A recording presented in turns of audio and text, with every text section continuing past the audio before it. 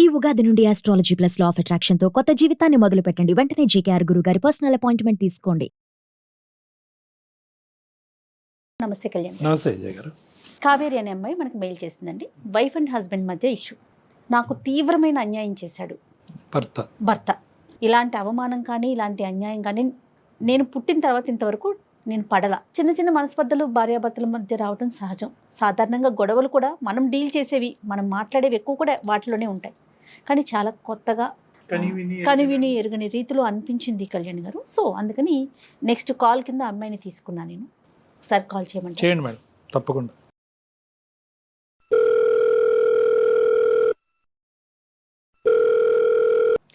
Hello, నమస్తే అండి. నేను జయాని, కావేరి గారు మాట్లాడేది.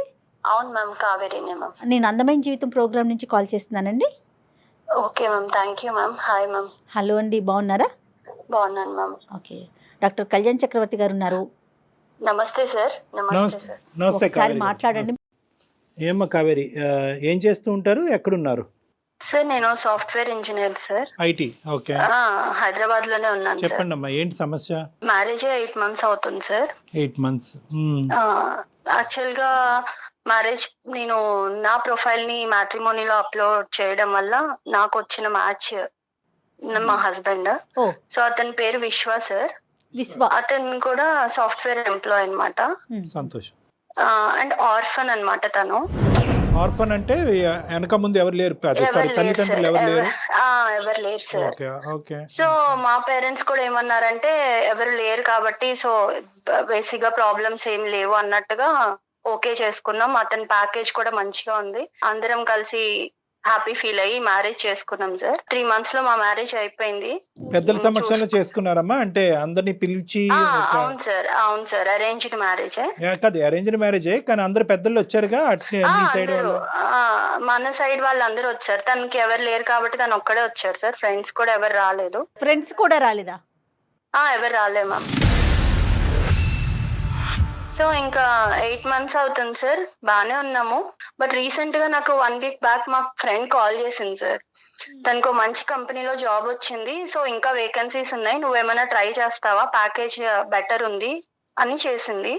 సో ఏంటి కంపెనీ అని అడిగేటప్పటికి అది మా హస్బెండ్ వర్క్ చేస్తున్న కంపెనీ అని తెలిసింది నాకు. ఓకే. సో ఇలా ఓకే, మా హస్బెండ్ కూడా అక్కడే వర్క్ చేస్తున్నారు కదా అంటే డీటెయిల్స్ అన్ని చెప్పిన తర్వాత అవునా ఓకే అంది. సో ప్రాజెక్ట్ వర్క్ మీద ఆయన ఎవ్రీ మంత్ చెన్నై వెళ్తూ ఉంటారు సార్.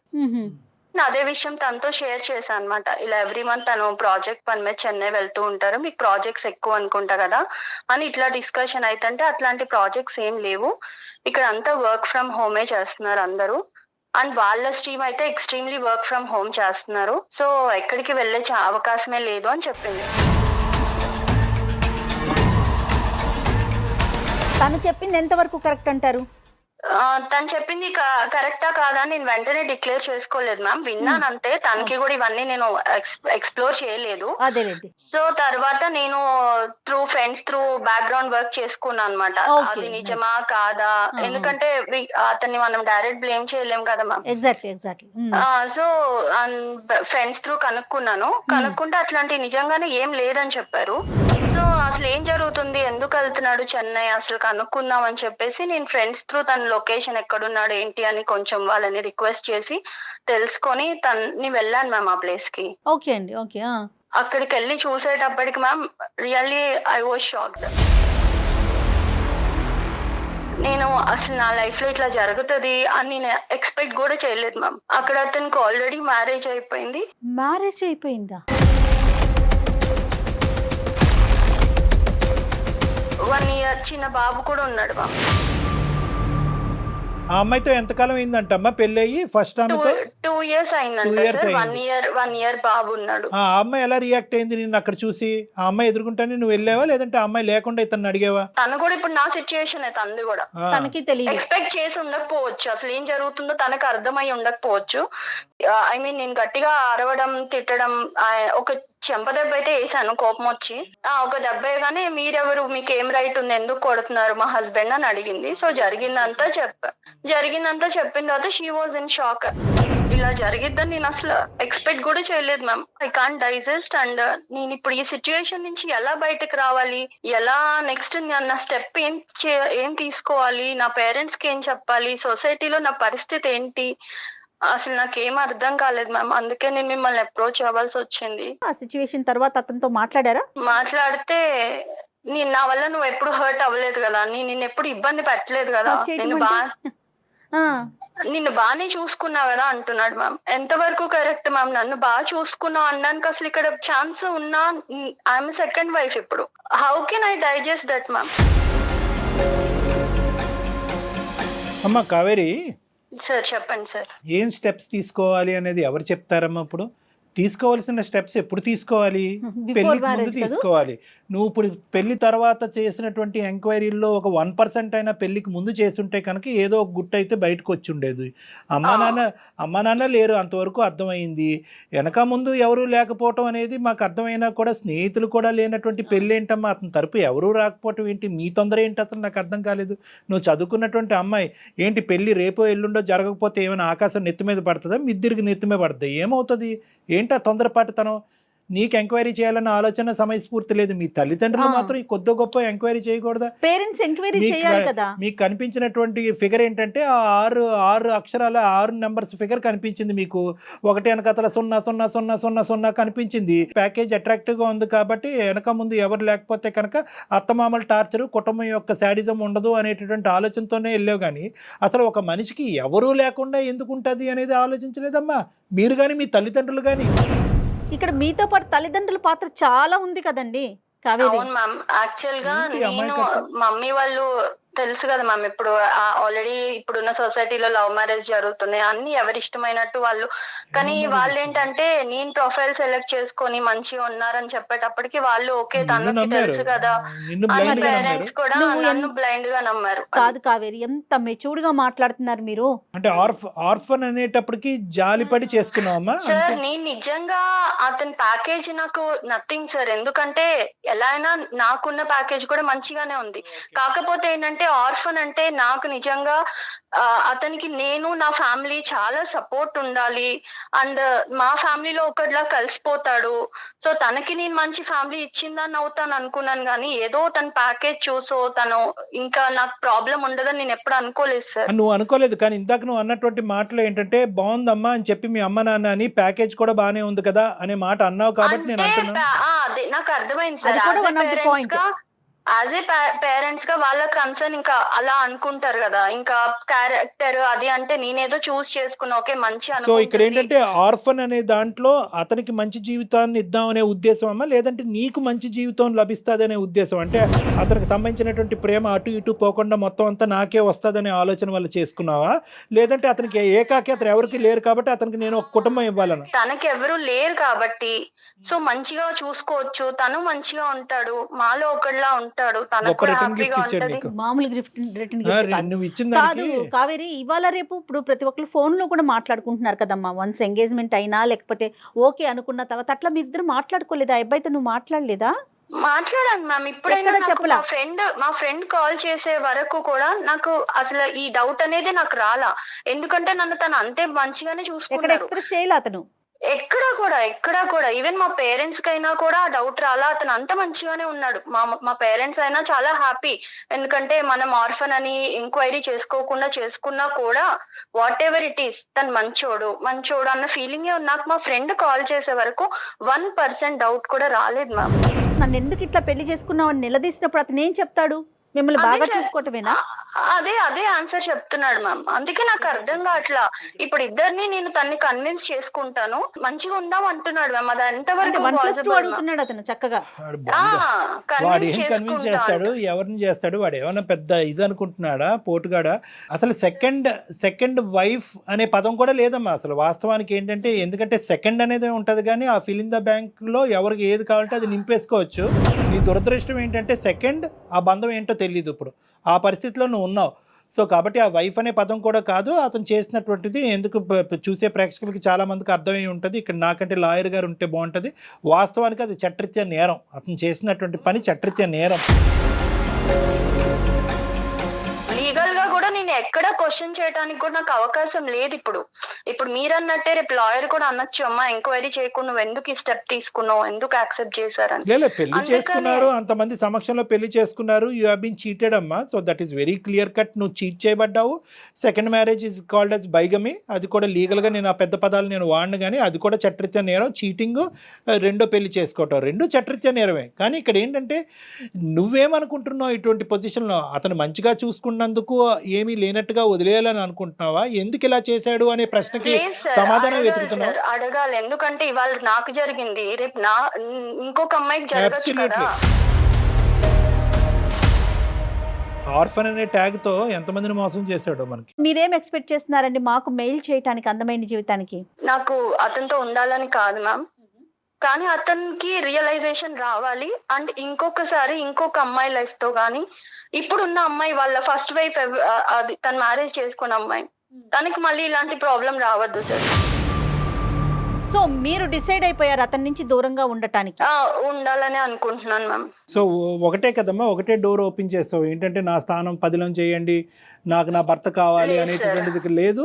ఓన్లీ థింగ్ ఏంటంటే నేను మోసపోయాను, నా అలాగే వేరే ఆడపిల్ల మోసపోకూడదు, వీడు వెచ్చలపెట్టి తన అందమైన జీవితం ద్వారా కట్ చేయండి అని రిక్వెస్ట్ చేయాలి. అండ్ ఇలాంటి నాలాగా ఆర్ఫన్ కదా మంచి చేద్దామని తలకి తగిలించుకునే వాళ్ళు చాలా మంది ఉండొచ్చు. సో అలాంటి వాళ్ళందరికీ మన అందమైన జీవితం ప్రోగ్రామ్ నుంచి ఒక రియలైజేషన్ రావాలి. ఏ స్టెప్ తీసుకున్నా వాళ్ళు ఇలాంటి లైఫ్ లో గుర్తు పెట్టుకోవాలి సార్. అదొకటే నాకు మీరు చేసే ఫేవర్. నీ రీజన్ చాలా హ్యాపీగా ఉందమ్మా, ఎందుకంటే జనరల్ గా ఈ రీజన్ రాదు. సార్ నేను మోసపోయాను, నేను అన్యాయం అయిపోయాను, నా జీవితం ఎలా అయిపోయింది, ఏదో విధంగా ఏదో విధంగా కట్టే కొట్టే తెచ్చి మా భర్తను నాకు అప్పచెప్పండి, అవతలాడదు ఎలా పోయినా పర్లేదు అనే భాష మేము ఎక్కువ వింటా ఉంటాం. కానీ ఈ రోజు నువ్వేంటంటే సమాజం గురించి ఆలోచిస్తూ, దేశం గురించి ఆలోచిస్తూ ముందుకు వచ్చావు కదమ్మా. రియల్లీ గ్రేట్ అమ్మా, రియల్లీ గ్రేట్. సార్ 8 months లో దేవుడు ఎందుకు నాకు ఇలాంటి సిచ్యువేషన్ తెచ్చాడు. ఇంకో 1-2 years అంటే నేను కూడా ఒక బేబీతో మళ్ళీ అప్పుడు నిజంగానే ఇలా అడిగేదాన్నేమో, సార్ ఏదో ఒకటి చేయండి అని. బట్ రియల్లీ గాడ్స్ సేక్ నేను ఇప్పుడు కొంచెం సేఫ్ జోన్ లో ఉన్నా. సో అలాగే ఇంకెవరు సఫర్ అవ్వద్దు సార్. ఇక్కడ ఏమన్నా ఒక పాజిటివ్ యాంగిల్ ఉందంటే కనుక నువ్వు ఇంకా కన్సీవ్ అవ్వకపోవటం, గర్భవతి కాకపోవటం అనేది ఒక పాజిటివ్ యాంగిల్ అమ్మా నిజంగా. ఎందుకంటే ఈ రోజు నీ మనస్సాక్షికి నువ్వు సమాధానం చెప్పుకోవాలి, రేపొద్దున పుట్టబోయే బిడ్డకి సమాధానం చెప్పుకునే దురదృష్టకరమైన పరిస్థితి రాలేదు. హ్యాపీ, అతను దొరుకుతాడమ్మా మనకి ఇప్పుడు. సార్ నేను కాన్ఫరెన్స్ పెడతాను సార్, మంచిగా ఫుల్ మీల్స్ పెడదాం. The person you are speaking with has put your call on hold. Hello విశ్వ. హలో చెప్పు. నేను అందమైన జీవితం ప్రోగ్రామ్ మ్యామ్ వాళ్ళ దగ్గర నా ప్రాబ్లం తీసుకెళ్లాను. నువ్వు ఇప్పుడు అక్కడికి ఎందుకు వెళ్ళావు? మరి ఎక్కడికి వెళ్ళాలి? నువ్వు చేసిన గొప్ప పనికి నేను ఎక్కడికి వెళ్ళాలో చెప్తే పోనీ అక్కడికే వెళ్తా. ఏదన్నా ఉంటే ఇంట్లో చూసుకోవాలి, కానీ బయట రోడ్డు మీదకి ఎందుకు ఎక్కావు? అంటే నా ఇజ్జత్ తీసేస్తావా రోడ్డు మీదకి వెళ్ళి? ఇజ్జత్ ఉందని నువ్వు అనుకుంటే నీ ఇష్టం, లేదు సార్ తో మాట్లాడితే సార్ ఎంత ఇజ్జత్ ఉందో చెప్తారు నీకు. ఏదన్నా ఉంటే నువ్వు నాతో మాట్లాడాలి, ఇంట్లో చూసుకోవాలి తప్ప నువ్వు రోడ్డు మీదకి ఎక్కేసి ఛానల్స్ లో కూర్చుంటాను అందమైన జీవితం అది ఏంటి నువ్వు? విశ్వ నమస్తే నాన్న. నమస్తే సార్. నాకు ఆ సంస్కారం ఉంది కాబట్టి నమస్కారం పెట్టాను. నువ్వేంటంటే ఇంకా మా అందమైన జీవితం దగ్గర నుంచి ఫోన్ కాల్ వస్తేనే ఎందుకు బజార్కి ఇచ్చావని అంటున్నావు. సంతోషం, పోలీస్ స్టేషన్ నుంచి ఫోన్ రాలే. పోలీస్ స్టేషన్ నుంచి నీకు ఫోన్ రావాలా అక్కర్లేదా?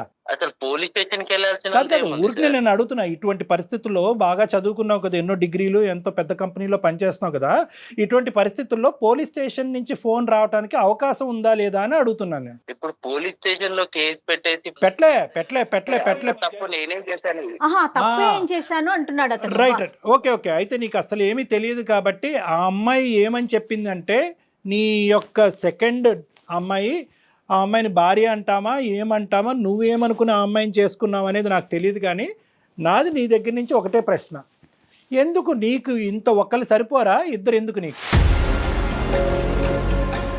ఒకళ్ళు సరిపోరా అంటే అది అనుకోకుండా జరిగిందండి. అది ఏమనుకున్నా ఏమనుకోకుండా ఒక అమ్మాయిని పెళ్లి చేసుకోవటం అనుకోకుండా జరుగుతుందా? ఆ అమ్మాయి చెప్పినట్టు ఫస్ట్ మ్యారేజ్ అయిందండి. తను నా వైఫ్ వచ్చేసి చెన్నైలో వర్క్ చేస్తూ ఉంటుంది, నేను హైదరాబాద్ లో వర్క్ చేస్తున్నాను. తను ఎప్పుడు ఇక్కడికి రాలేదు. సో నా ప్యాకేజ్ ఇక్కడ బాగుంది, ఇక్కడికి రమ్మని తనని చాలానే అడిగాను, తను రాలేదు. తను దగ్గరికి నేను వెళ్దామంటే నాకు అవ్వలేదు. సో తను రాకపోయేసరికి నేను ఫన్ గా ప్రొఫైల్ పెట్టాను మ్యాట్రిమోనీలో.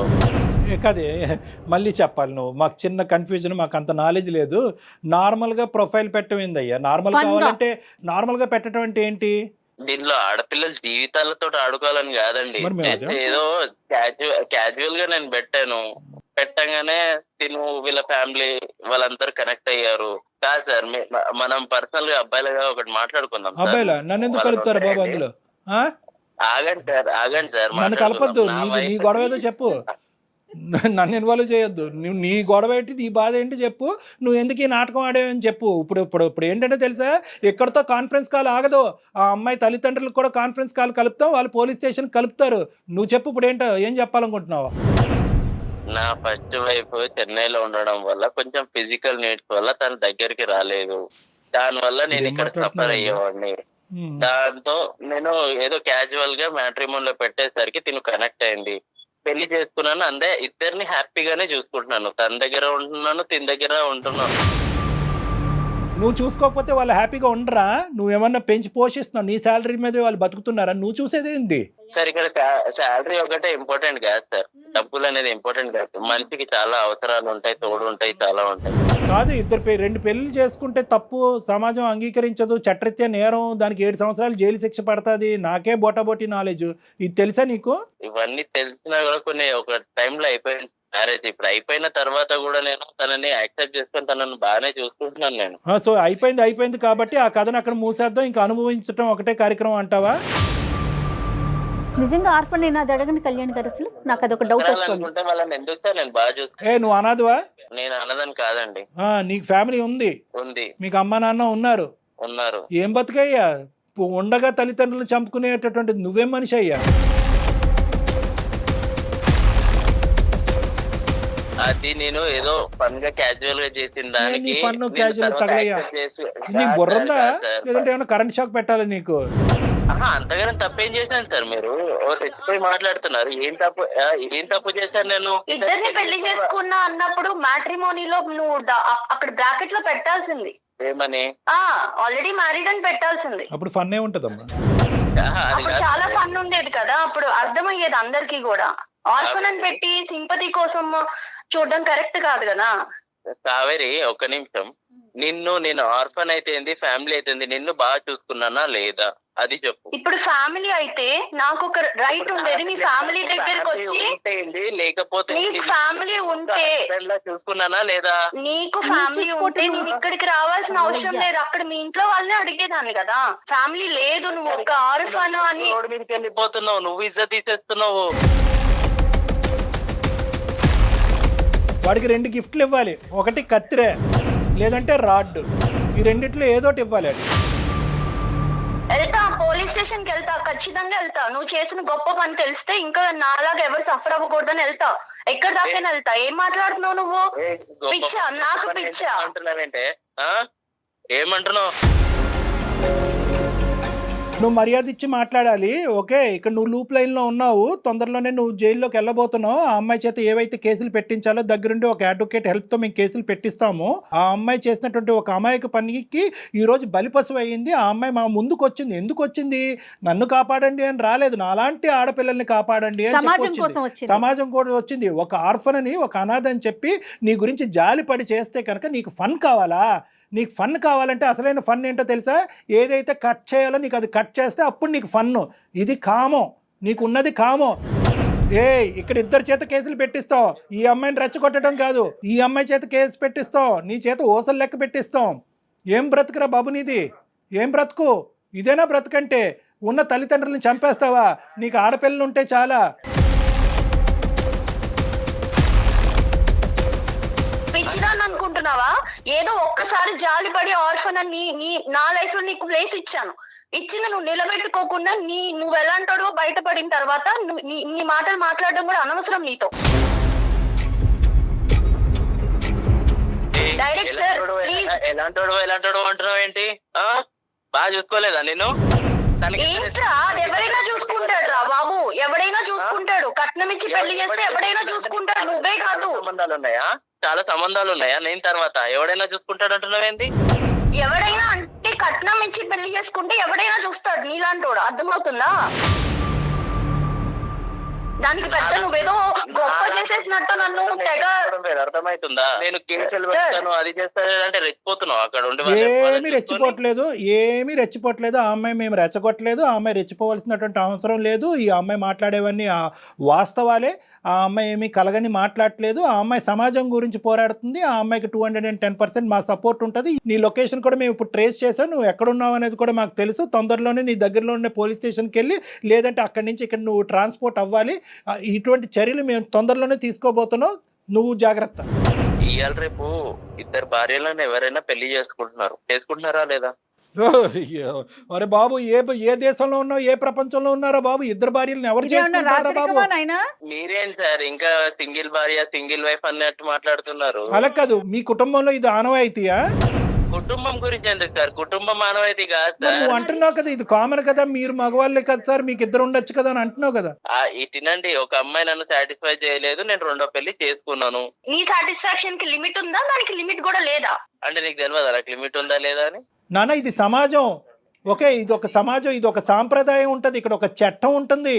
ఒకరికి ముగ్గురు నలుగురు అనేటటువంటిది వర్కౌట్ అవ్వదు. ఎలా పడితే అలా పెళ్ళిళ్ళు చేసుకోవటం ఫన్ అండి, క్రేజీ అండి, క్యాజువల్ అండి అని నువ్వు ఆడేటటువంటి పదాలు సమాజం అంగీకరించదు. దానికి శిక్ష పడుతుంది. అసలు ఇవన్నీ మీకు తెలుసా? చదువుకొని ఉద్యోగం చేసిన మినిమం నాలెడ్జ్ కదా, ఇవి తెలీదా మీకు? ఏంటి ఫన్ను క్యాజువల్? నీకుంటుంది, జైల్లో ఉంటుంది ఫన్ను క్యాజువల్. కావేరి, నేనేమనుకున్నానంటే ఇంత చెప్పిన తర్వాత, ఇంత మాట్లాడి, ఇంత గర్జించిన తర్వాత ఎక్కడో చోట కొద్దిగైనా కూడా అతనికి కొద్దిగా కనువిప్పు కలుగుతుందేమో, పశ్చాత్తాపం పడతాదేమో, బహుశా ఎవరితో మాట్లాడి ఆ శిక్ష ఏమైనా తగ్గించచ్చేమో అనుకున్నాను. కానీ అతను నన్నే అంటున్నాడు, సార్ మీరేంటి సార్, మీరు ఇంత క్యాజువల్గా ఒక్కరితో ఎలా ఉన్నారని నన్ను అడుగుతున్నాడు. తన వే ఓకే, నేను కూడా రేపు రెండో పెళ్లి చేసుకుంటా మ్యామ్. నాకు రెండో హస్బెండ్ లా ఉంటాడా? చెంప పగలు కొడతా. నీ ప్రోటోకాల్ నీకుంది. ఆడవాళ్ళు రెండోది చేసుకుంటే చంపలు పగలు కొడతారు, 2, 3, 4 చేసుకుంటే మగవాళ్ళకు మాత్రం ఏం అనకూడదు. ఎందుకంటే నిన్ను మంచిగా చూసుకుంటున్నాను, అది సరిపోదా అనేది. సార్ నేను మంచిగా చూసుకుంటాను సార్, మంచిగా చూసుకుంటా తన్ని కూడా. నేను ఇంకో పెళ్లి చేసుకుంటాను సార్. నాకు తను అలా ఉంటానంటే నాకు కూడా ఓకే సార్. ఏంటిది? ఏం మాట్లాడుతున్నావమ్మా? నువ్వు వేరే పెళ్లి చేసుకుంటావా? సెకండ్ గా నేను ఉండాలా? అసలు నీ ప్రాబ్లం ఏంటి చెప్పు. ఫైనల్ గా నీ ప్రాబ్లం రామాయణం అంతా చెప్పిన తర్వాత రాముడు సీతకి ఏమవుద్దని అడిగినట్టుంది. ఏమయ్యా నీకు? అవును కావేరి, నేను ఏ రోజన్నా నిన్నేమన్నా అన్నానా? నువ్వు అన్నావా, ప్రేమగా చూసావా, ఇవన్నీ సెకండ్. నేను కూడా నిన్ను అంతే ప్రేమగా చూసుకుంటా, అంతకన్నా డబుల్ ప్రేమగా చూసుకుంటా. నేను కూడా ఇంకో పెళ్లి చేసుకుంటా. ఎలా నువ్వు అసలు నీకు అంత ధైర్యం ఉంటే ఇంకొక ఆడపిల్లని లైఫ్ లోకి తీసుకున్నావు? అసలు నీకు బ్రెయిన్ పని చేయట్లేదని నాకు అర్థమవుతుంది. కానీ నీ అంత క్రాక్ గా నేను మాట్లాడలేకపోతున్నా, అర్థమవుతుందా? అసలు నీకు పెళ్ళై నిన్ను నమ్ముకుని ఒక అమ్మాయి అక్కడ ఉంది విత్ కిడ్. నా ఫస్ట్ వైఫ్ దగ్గర నాకు ఎలాంటి హ్యాపీనెస్ లేకుండా, ఇప్పుడు నాకు నీ దగ్గర నుంచి హ్యాపీనెస్ లేదు. మరి నాకు హ్యాపీనెస్ లేదు. ఆ అమ్మాయి అయితే నీతో ఉండాలని అనుకోవట్లేదు. అది చాలా దూరం మాట. అది నువ్వు కల్లో కూడా ఊహించుకోవద్దు. కేసులు ఏ విధంగా పెడతాది, ఏ విధంగా ఈ అమ్మాయి ముందుకు తీసుకెళ్తుంది అనేటటువంటిది అది మా చేతుల్లో లేదు. ఆ అమ్మాయి కోరుకుంటే దానికి మేము సహాయపడగలం, ఆ అమ్మాయికి కావాల్సినటువంటి దారి చూపెట్టగలం. నాకు కావేరి అంటే ఇష్టం సార్, అలానే నా ఫస్ట్ వైఫ్ ఇష్టం లేదనంట, తను కూడా ఇష్టమే. ఇద్దరు నేను వీళ్ళిద్దరిని హ్యాపీగా చూసుకోగలుగుతాను సార్. నువ్వు ఎంతమందినా చూసుకుంటావు, అది కాదు లెక్క. వీళ్ళిద్దరు నిన్నే యాక్సెప్ట్ చేస్తున్నారా లేదా అనేది. బాల్ నీ కోర్టులో లేదు, బాల్ నీ కోర్టులో లేదు, బాల్ వాళ్ళ కోర్టులో ఉంది. ఈ అమ్మాయికి ఇప్పుడు ఏం బరువు లేదు, బాధ్యత లేదు. తూతు మంత్రంగా ఒక పెళ్లి జరిగింది. ఆ పెళ్లి తెంచుకోవటం పెద్ద విషయం కాదు. ఎందుకంటే జీవితాంతం నీలాంటి మోసగాడితో ఈ అమ్మాయి జీవించాలని అనుకోవట్లేదు. నెంబర్ 1. నెంబర్ 2 ఏంటంటే కనుక అసలైన కథ ఎప్పుడు వినిపిస్తుందో తెలుసా? ఎప్పుడైతే కావేరి వెళ్ళి మమ్మల్ని కాదు వాళ్ళ ఫ్యామిలీ మెంబర్స్ని కూడా దీంట్లో ఇంక్లూడ్ చేస్తుందో అప్పుడు నీకు సీన్ సితారవుతుంది. అంతవరకు ఎందుకు లేండి సార్, వద్దు, మనలోనే గుట్టుగా ఉంచేద్దాం. ఇక్కడే కాపాడేసేయండి సార్, గుట్టుగా ఉంచేసుకోండి. మీ బాధను మీరు కడుపులో పెట్టేసుకోండి, మా ఇష్యూ మేము కడుపులో పెట్టుకుని ఎక్కడికి తేల్చేసి కావేరి బంగారు తల్లి బాగా చూసుకుంటున్నాడు కదా, నీకు ఏదో ఫ్రీడమ్ ఇచ్చాడంట కదా, ఆ ఫ్రీడమ్తో పాటు నువ్వు సుఖపడి అలా ఉండిపోమ్మా అని చెప్పమంటావా? సార్ మీరే ఏదన్నా ఒకటి చేసి. నేనేం చేయలేనురా బాబు, నేను చంపేద్దురా బాబు, నేనేం చేయలేనురా. రే అర్థం చేసుకో, నేను చేయగలిగేది ఏమీ లేదు. నీ గొంత నువ్వు తవ్వుకున్నావు, నీ ఎంత హైటో నాకు తెలియదు, కానీ దానికి ఒక 2 అడుగులు ఎక్కువే తవ్వావు నీ గొంత. అందులో ఇప్పుడు పడ్డావు. ఇప్పుడు మేమందరం మట్టిపోసి కప్పటం తప్ప ఏమీ చేయలేము. ఒక మ్యాట్రిమోన్లో ఆర్ఫన్ కింద పెట్టినటువంటి నువ్వు చాలా మందిని క్యాచ్ చేసి ఉంటావు. ఇదేదో 6 నెలలు బట్టో 5 నెలలు బట్టో జరిగినటువంటి వ్యవహారం కాదు. ఊరికో ఒక అమ్మాయిని నువ్వు పెళ్లి చేసుకుని ఆల్రెడీ ఎక్కడ గుట్టు అక్కడ కప్పెట్టుంటావు. సార్ అలా చేయలేదు సార్, నాకు ఉన్నది ఇద్దరే సార్. టోన్ మారిపోయింది, టోన్ సాఫ్ట్ అయిందేంటి? అమ్మ కావేరి, నువ్వేం స్టెప్స్ తీసుకోవాలనుకుంటున్నావు చెప్పమ్మా, దాన్ని బట్టి మేము కూడా నీతో పాటు సపోర్టివ్ గా ఉంటాం. 100% సుమన్ టీవీ ఉంటుంది మీకు. లేదు సార్, పోలీస్ స్టేషన్ లో కంప్లైంట్ ఇద్దాం అనుకుంటున్నాను సార్. ఎగ్జాక్ట్లీ. ఎందుకంటే మనం ఇంతసేపు మాట్లాడితే ఇప్పుడు సాఫ్ట్ గా మాట్లాడుతున్నాడు. అంతకు ముందు తన వే ఆఫ్ టాకింగ్ ఎట్లుందో మీరు చూసారు. అవును. సో తన్ని మనం నమ్మటానికి లేదు మ్యామ్. అవును, నమ్మటానికి లేదు, 110% నమ్మటానికి లేదు. ఓకే బాబు, అది అమ్మాయి డెసిషన్. ఎలాంటి యాక్షన్స్ తీసుకుంటే తను బయట తిరగకుండా ఉంటాడో అన్ని యాక్షన్స్ తీసుకుంది సార్. నేను ఎక్కడికి రమ్మంటే అక్కడికి వస్తాను. నా లైఫ్ ఖరాబ్ చేయకండి సార్. నేనేం ఖరాబ్ చేశాను? నువ్వే ఖరాబ్ చేసుకున్నావు. నువ్వు పైనుంచి కింద వరకు బ్లాక్ పెయింట్ వేసుకున్నావు. మేమేం ఖరాబ్ చేసాం? చండాలం కానీ మేం చేసాం అంటున్నావు. పోలీస్ స్టేషన్కి వద్దు. పోలీస్ స్టేషన్ కళ్యాణ మండపం బుక్ చేయాలా నీకు? పోలీస్ స్టేషన్ కాకపోతే ఆ టైంలో అలా జరిగిపోయింది సార్. అదే ఈ టైంలో ఇలా జరుగుతుంది చూడండి. ఇప్పుడు బాబు ఏది మా చేతుల్లో లేదు. ఆ అమ్మాయికి కనువిప్పు కలిగింది. ఆ అమ్మాయి తీసుకునే స్టెప్స్కి మేము సపోర్ట్ చేస్తున్నాము. అర్థమైందా? ఇంకేది ఉన్నా కూడా లీగల్గా మాట్లాడుకోవాల్సినటువంటి అవసరం ఉంది. మేము అడ్వకేట్ని కూడా అప్రోచ్ అవుతాం. అడ్వకేట్ కూడా ఇందులో ఇన్వాల్వ్ అవుతారు. తర్వాత సంగతి తర్వాత చూసుకుందాం. ఒక ఆడపిల్లకి అన్యాయం జరిగితే ఎట్టి పరిస్థితిలో మౌనంగా మాత్రం ఉండదండి సుమన్ టీవీ అండ్ కళ్యాణ్ గారు కూడా. డెఫినెట్గా ఆ అమ్మాయి ప్రజల కోసం, అందరి కోసం ముందుకొచ్చింది.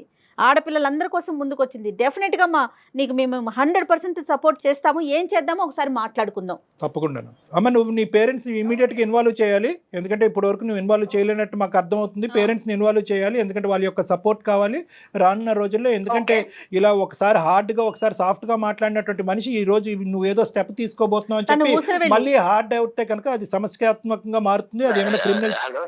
ఏమయ్యా సార్, ఇది మీ ప్రోగ్రామ్ వల్ల చాలా మందికి లైఫ్ ఇచ్చారు. నా లైఫ్ ఎందుకు సార్ ఇలా ఖరాబ్ చేస్తున్నారు? అంటే ఆ లైఫ్ తీసేసి నీకు లైఫ్ ఇచ్చేయాలన్నమాట. ఇదే నీ ఎజెండా? నేనేమనయ్యా నీకు లైఫ్? అది కాదు సార్, తనని బాగా చూసుకుంటాను. నేను ఇద్దరిని బాగా చూసుకుంటున్నాను. ఓకే, నిన్ను చూసుకో. చేతులు దాటింది. నీ జీవితం కాస్త వేరే వాళ్ళ చేతుల్లో ఉంది.